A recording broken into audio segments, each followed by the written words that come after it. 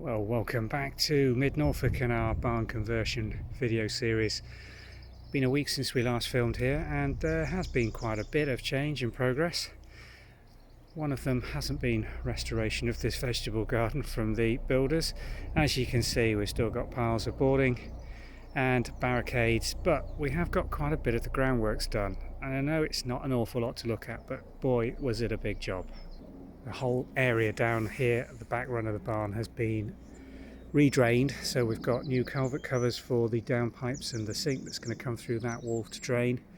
We've also got foul water and surface water drains separated now coming to these culverts. We've also got our power supplies put down to the Clargester with the actual cabling running all the way down through this run of ducts and duct pipes through down into the dell where the Clargester is going to sit.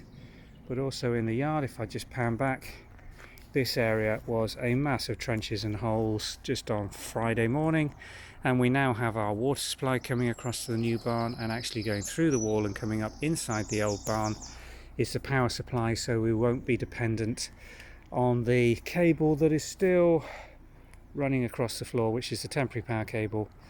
Here it comes.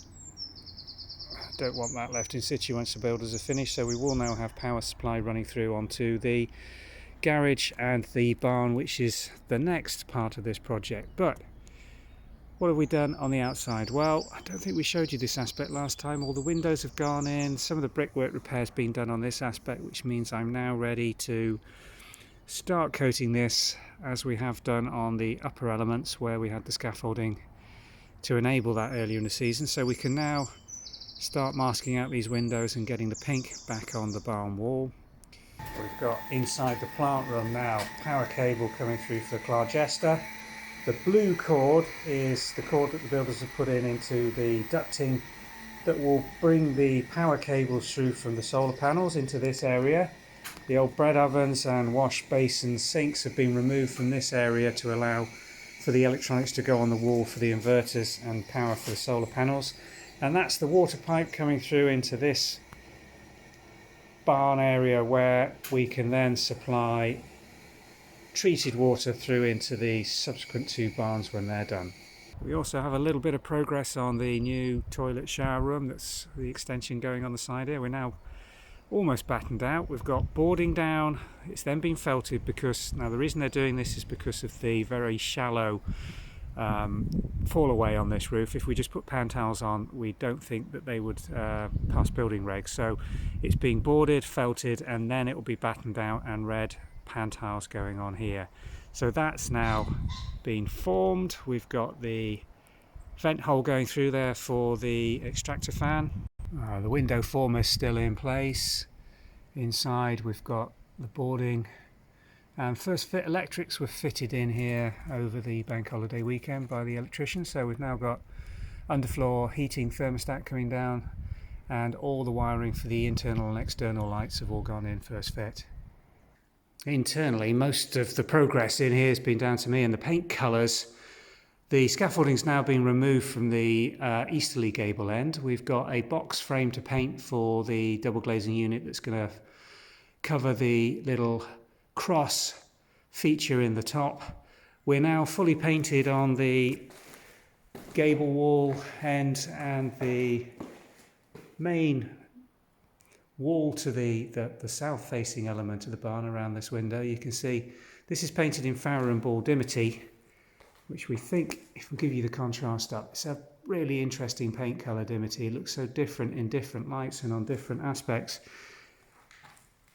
And here, look at those two walls. The side wall is in Dimity, the end wall is in Dimity. You really would think they were two completely different paint colours.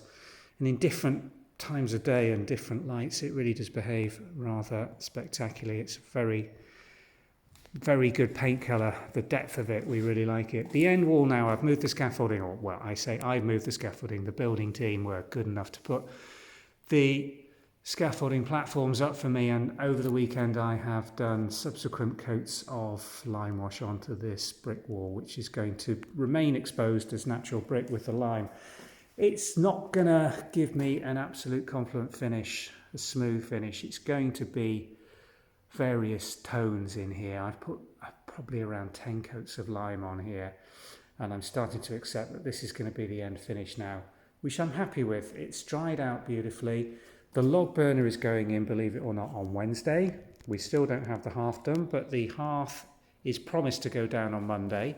So we are going to see some quite interesting progress in here, I think. The building team now have decided to postpone any further digging of the drains and exploration of the drains in the yard, which we're quite happy about. And we're going to concentrate now on the interiors and getting the floors down, the hearths down, the remaining windows on site and put in place, and hopefully maybe even some second fits on the electrics. The scullery or utility room, we are having a rethink on the colours. As you can see, some test patches on there. I think this is probably going to go dimity as well. The lime wash on the walls is currently parchment, but we do have some dimity lime wash on order from Farrow & Ball, which we're going to overcoat on this, because it's just one of those things you don't know until you put it on the wall. And the contrast between the burnt umber coming around the interior of this doorway with the pink farmhouse behind it just makes this look so yellow. And again, there is going to be quite a bit of variation in the tone on the lime wash because of the natural moisture content in the brick. Now, these will dry out, I know, as we thermally insulate and heat this barn, but I think we're always going to have some dappling on the walls. So we want to try and bring this all into that colour tone, really. So we're looking now at setting plaster, dimity, and a range of other colours that Kate's put together. She'll know when it's right and she's happy. Until then, I've just got to keep on recoating it.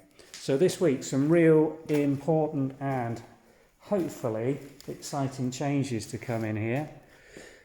They'll continue building the extension.